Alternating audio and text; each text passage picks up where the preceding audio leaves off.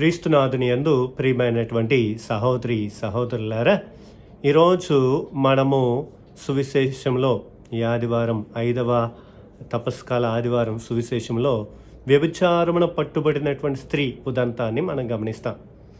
ఇది చాలా ఒక చక్కని నాటికగా మనం చూసినట్లయితే, ఆ దృశ్యమాలికను మనం చూసినట్లయితే ఎన్నో చక్కని సందేశాలను దేవుడు అందిస్తూ ఉన్నారు. ఆ యొక్క పట్టుబడినటువంటి స్త్రీని వారు ఈడ్చుకొని వస్తూ ఉన్నారు. వ్యభిచారం అనగా ఒక్క స్త్రీయే కాదు, పురుషుడు కూడా ఉంటాడు. కానీ పురుషుడిని వాళ్ళు పట్టుకోవట్లేదు, స్త్రీలనే పట్టుకున్నారు. ఈ కాలంలో కూడా అదే జరుగుతుంది. వ్యభిచారం పట్టుబడినటువంటి స్త్రీలను వేశ్యలనే పట్టుకుంటున్నారు, కానీ మరి మగవాళ్ళని పట్టుకోవట్లేదు. ఓకే, ఏదేమైనప్పటికీ ఆ విధంగా తీసుకుని వచ్చి యేసు ప్రభు ముందు వేస్తూ ఉన్నారు. యేసు ప్రభు ఆ దేవాలయమున ఆయన సువార్త చేస్తూ ఉన్నారు. అప్పుడు యేసు ప్రభుకు చెప్తున్నారు, వాళ్ళు చెప్తున్నారు ఏమని? ఇదిగో, మోషే ధర్మశాస్త్రం ప్రకారంగా వ్యభిచారమున పట్టుబడినటువంటి స్త్రీని రాళ్లతో కొట్టి చంపాలి. సో మీరేమంటారు? చూడ్డానికి చాలా సింపుల్ ప్రశ్నలాగా ఉన్నా కానీ ముందు నుయ్యి వెనక గొయ్యి అన్న చందాన ఉంటుంది ఇది. ఎందుకంటే ఇప్పుడు యేసు ప్రభు సరే మోషే చెప్పాడు కాబట్టి వెళ్ళి చంపండి అన్నారనుకో, ఇదిగో ఈయన కారుణ్యాన్నే కానీ బల్లిని కోరటం లేదా అని అంటూ ప్రగల్భాలు పలికాడు, కానీ చివరికి ఏమంటున్నాడు? చంపండి అంటున్నాడు అని ఇతని మీద నేరం మోపచ్చు. అలా కాదు, చంపవద్దు, ఆమెను విడిచిపెట్టండి అంటే, ఇదిగో ఈయన అన్నాడు నేను ధర్మశాస్త్రమును పరిపూర్తి చేయడానికి వచ్చానే అన్నాడు కదా, మరి ఎక్కడ దాన్ని ఖండిస్తూ ఉన్నాడు, కాబట్టి అతని మీద నేరం మోపచ్చు. అటైనా బాధే ఇటైనా బాధే, ముందు నుయ్యి వెనక గొయ్యి, అదేంది కదండి.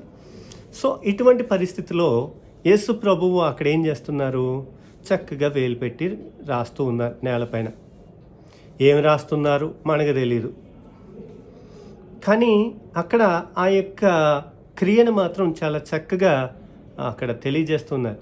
వేలు పెట్టి నేలపైన రాయిచుండెను అని. దానికి చాలా నిగూఢమైనటువంటి అర్థం ఉందండి.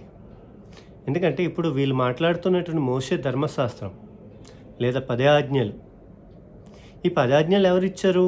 దేవుడు ఇచ్చారు. ఎక్కడ ఇచ్చారు?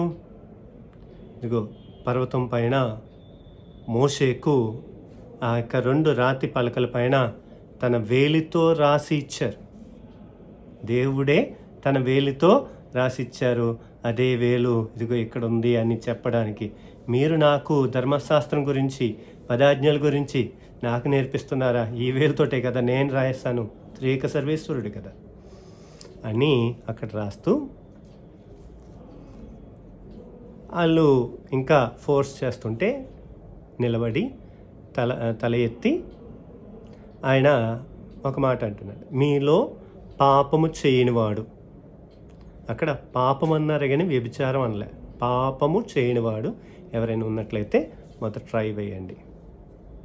చాలా చక్కని సందేశం అండి. ఎందుకంటే ఎదుటోళ్ళని మనం తిడుతూ ఉంటాం, మేబీ వాడు మనలాగా పాపం చేయట్లేదేమో, వేరేగా పాపం చేస్తున్నాడేమో, అందువల్ల వాడిని తిడుతూ ఉంటాం. మనం కూడా వేరొక విధంగా పాపం చేస్తున్నామే కదా.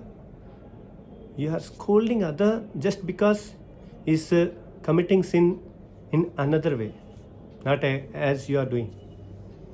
అంటే నీలా పాపం చేయట్లేదు కాబట్టి వాళ్ళని నువ్వు అంటున్నావు.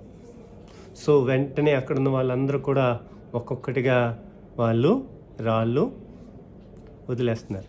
అయితే ఇక్కడ మళ్ళీ ఇంకొకటి చూడాలి, మీలో పాపము చేయని వాడు ఎవడైనా ఉన్నట్లయితే వాడు మొదటి రాయి వేయండి అని చెప్పి మళ్ళీ కిందకు వంగి మళ్ళీ రాస్తున్నారు. ఓకే, మొదటిసారి రాస్తున్నారంటే చెప్పాం, ఎందుకు ఈ వేలుతోటే కదా 10 ఆజ్ఞలు ఇచ్చారు. మళ్ళీ రెండోసారి ఎందుకు రాస్తున్నారు అంటే అక్కడే చిన్న జిమ్మిక్, చిన్న ఒక టెక్నిక్ అక్కడ ఇచ్చేస్తూ ఉన్నారు.